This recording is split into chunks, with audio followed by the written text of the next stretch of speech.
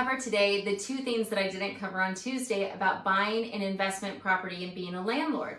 So at the end of the video, I had forgotten one thing I was going to say, and it actually made me think of a couple more. So a lot of the videos that you'll see where people are talking about buying a rental property, the whole goal is to buy a bunch of them and get cash flow, make money, dollar, right? But there is another path to investment that I see some people be very successful with. Now, with both paths, it's important to do your homework, and I cannot stress that enough. Do your homework. If you're online right now and you're like, oh, it's cheap, it's cute, I'll buy it. No, you should not be a landlord. You need to do your homework. So let's talk about the two different paths of investments, and then we're going to talk about your homework.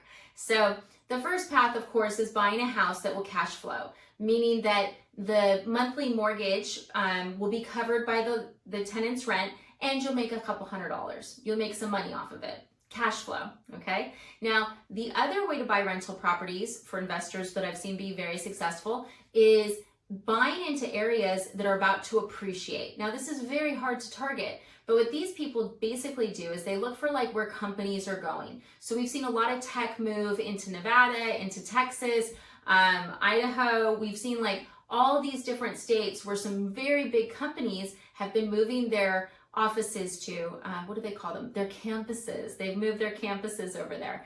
And what these investors do is as soon as they start seeing that these companies are looking at these areas, they start buying up property. So in a couple of the pockets that I saw, the investors were buying at about $300K. By the time the company moved there, started hiring, started relocating people there, the houses were at 500.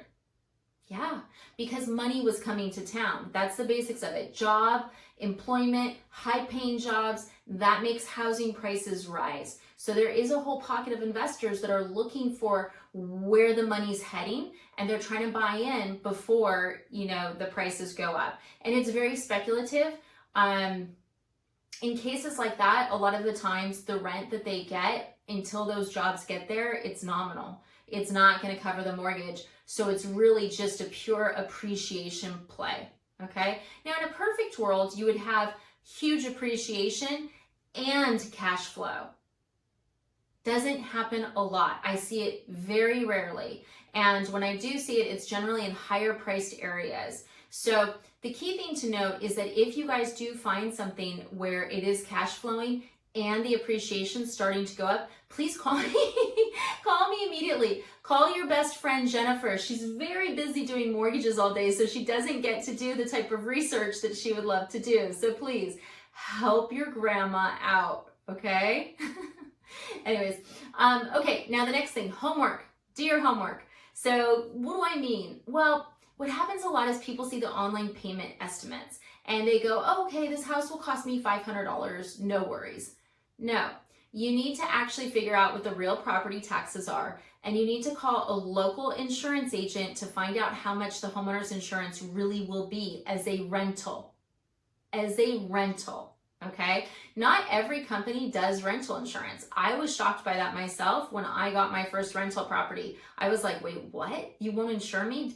Do you know who I am?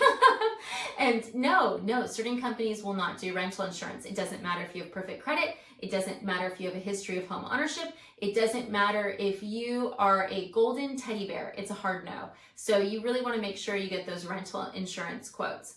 And the other thing to consider is that even if you do all your homework, okay, you still might have problems. And I did talk to you guys about that on Tuesday. So I want to talk to you about a real life horror story that happened to my sister, Sarah. Yes, this is terrible, right? Ooh, okay. So my sister, Sarah, who I love, and she's a great lender, guys. She's so good. If you're in tech and you need to use your RSU income, I will refer you to her because she is the queen of RSUs. Anyways, so Sarah bought a house. She was buying a bunch of houses with a group of investors in like 2004 through 2006.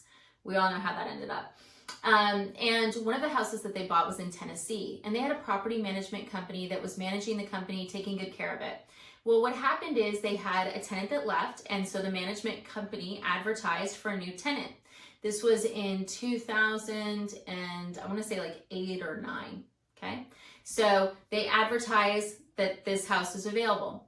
Now what happened is Sarah got a call like a month later from the property management company, and they said, oh my God, we have a problem. There's people living in the house. Well, did you rent it to them? No. What?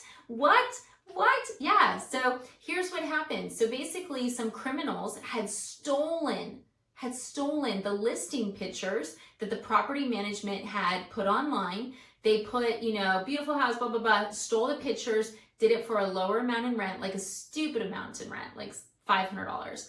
And then the people who responded to the ad, they had them wire the money. Now, this is a huge scam that happens all the time. And you guys should watch out for this. If something looks too good to be true, most likely is.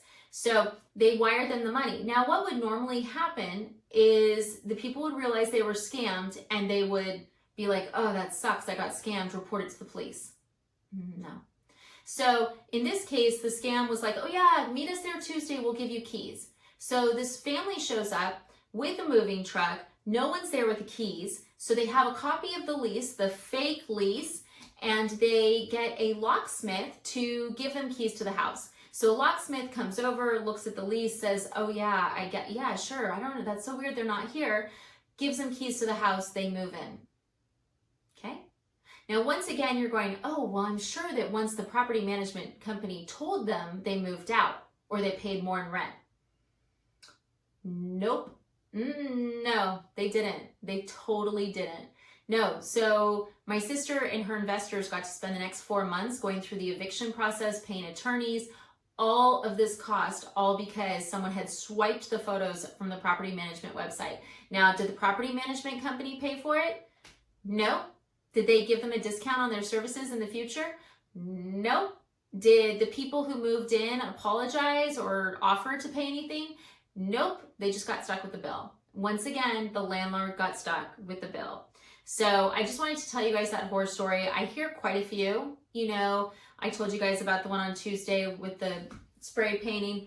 And I'm not trying to dissuade you because I do think it's a great way to build income and wealth. I just think you need to be very smart about it and very on top of it. Now, the good thing with the photos now is most property management sites are going to put something across the photo that says, copyright, trademark, XYZ property management. If you guys are looking at working with a property management company that doesn't do that, I would look for a different one, because in today's day and age, you really need to make sure that you're working with companies that are aware of all the different types of fraud that can happen so that it doesn't hit your pocketbook.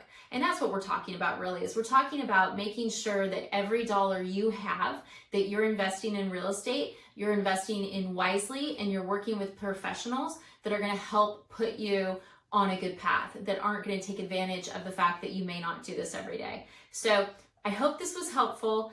Questions, comments, I try to respond to them as quickly as possible. You guys have my cell phone number, and I'm licensed in 44 states. So thank you so much for watching. Like, subscribe, hate, whatever, something for this YouTube algorithm. I hope you guys have a wonderful weekend, and thank you so much for tuning in.